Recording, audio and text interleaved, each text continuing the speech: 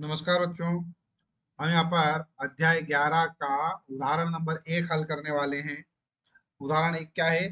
त्रिज्या 4 सेंटीमीटर वाले एक वृत्त के त्रिज्याखंड का क्षेत्रफल ज्ञात कीजिए जिसका कोण 30 डिग्री है। साथ ही संगत दीर्घ त्रिज्याखंड का क्षेत्रफल भी ज्ञात कीजिए। ठीक है, एक काम करते, पहले तो अपन त्रिज्याखंड का क्षेत्रफल निकाल लेते हैं। अर्थात ये जो हमारे पास रेडियस भाग दे रखा है, जो छायांकित भाग दे रखा है, इसका क्षेत्रफल निकालना है। ठीक है, तो सबसे पहले तो अपन यहाँ पे लिखेंगे बच्चों हल। और हल लिखने के बाद जो दिया है वो लिख लेते हैं अपन। तो हमको क्या है यहाँ पर दिया है? क्या दिया है? एक तो सबसे पहले अपने को त्रिज्या दे रखी है 4 सेंटीमीटर, तो दे रखा है अपने को आर बराबर 4 सेंटीमीटर। ठीक है, दूसरा दे रखा है अपने को थीटा। थीटा कितना दे रखा है? 30 डिग्री। तो ये थीटा का मान दे रखा है अपने को 30 डिग्री। करेक्ट है, ये अपने को गिवन है, दे रखा है।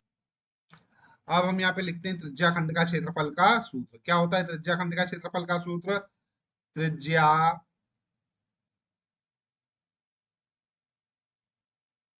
खंड का क्षेत्रफल। ठीक है, त्रिज्या खंड के क्षेत्रफल का सूत्र क्या होता है हमारे पास?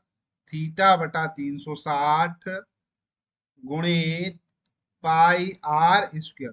देखो बच्चों, पाई का मान तो यहाँ पर अपने को 3.14 लिखना है। ठीक है, थीटा 30 डिग्री है हमारे पास, 360 है ही, पाई की जगह मान लिख देंगे। और आर, आर क्या है हमारे पास?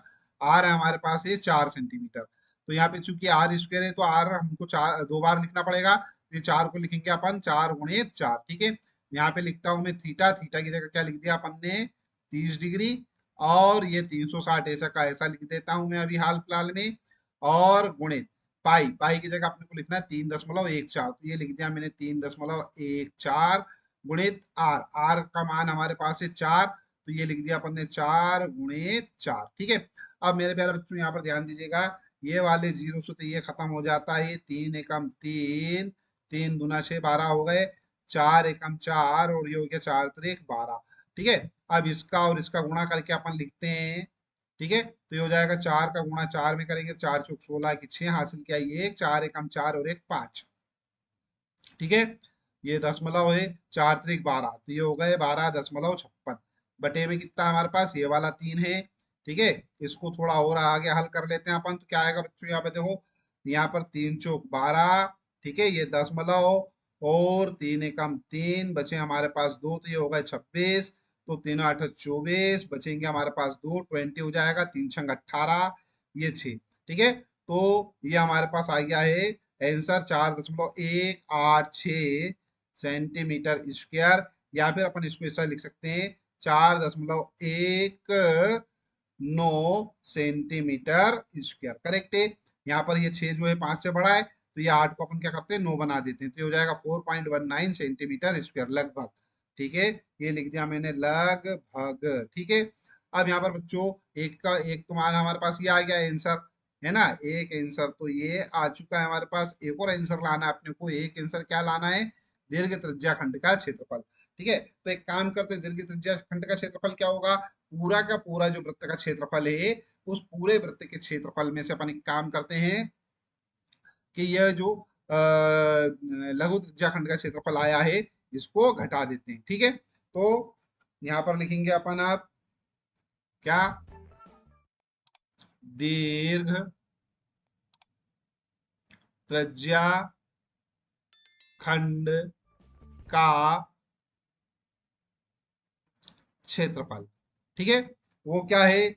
वृत्त का क्षेत्रफल। वृत्त का क्षेत्रफल हमारे पास क्या होता है? वृत्त के क्षेत्रफल का सूत्र है पाई आर स्क्वायर माइनस। ठीक है, अभी जो त्रिज्या खंड का क्षेत्रफल आया वो। ठीक है, तो त्रिज्या खंड का क्षेत्रफल क्या है? 4.19। ये एक काम कर लेते हैं, यहाँ पे लिख देता हूं मैं क्या? लघु त्रिज्या खंड का क्षेत्रफल। ठीक है, ये इसमें से माइनस कर देते हैं। पाई आर स्क्वायर, पाई की जो वैल्यू है, पाई की वैल्यू है 3.14, है ना? ये लिख दिया अपन ने 3.14 इंटू आर। आर क्या था? 4 था, तो 4 गुणित 4 दो बार लिख देते हैं।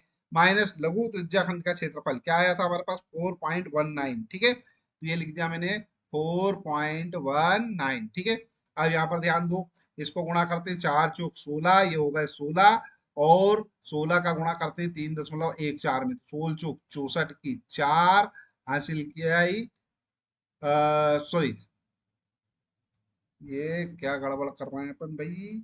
हाँ, क्या है, 4 चौक 16, 16 चौक 64 की 4 हासिल किया ही 6, है ना, और 16 एकम 16, 16 और 6 22 की 2 हासिल किया ही 2, और ये हो जाएंगे हमारे पास क्या, 16 एकम 16 में 32, 16 अड़तालीस और 2 50, ये हो गए हमारे पास 50, तो 50.24, माइनस में क्या है 4.19, 4.19, चलो इसको घटा के देख लेते हैं, ये 50.24, इसमें से घटाना है 4.19, ठीक है, ये एक इधर से कैरी किया अपन ने, तो ये हो गया भैया हमारे पास 14, 14 में से 9 जाएंगे तो बचेंगे 5, कैरी कर दिया तो बचा यहाँ पर 1, तो 1 में से 1 गया तो 0, और यहाँ पर बचा हमारे पास पॉइंट, और ये 50 है, 50 में से 4 जाएंगे तो बचेगा हमारे पास 46, तो उत्तर आएगा हमारे पास कितना बच्चों, उत्तर आएगा 46.05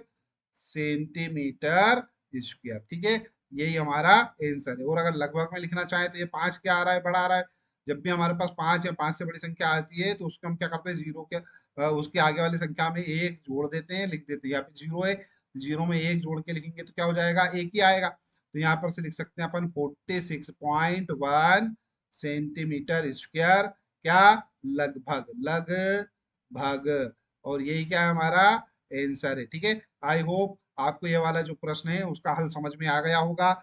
जब इस प्रश्न का हल समझ में आ गया है तो इस वीडियो को लाइक कर दीजिए, चैनल सब्सक्राइब ना किया तो चैनल सब्सक्राइब कर लीजिए, साथ ही साथ में नोटिफिकेशन वाला जो बेल आइकन है उसको जरूर प्रेस कर दीजिएगा। वीडियो देखने के लिए धन्यवाद, थैंक यू वेरी मच। इस वीडियो को अपने फ्रेंड्स के साथ जरूर शेयर कीजिए जो क्लास 10th में स्टडी कर रहे हैं।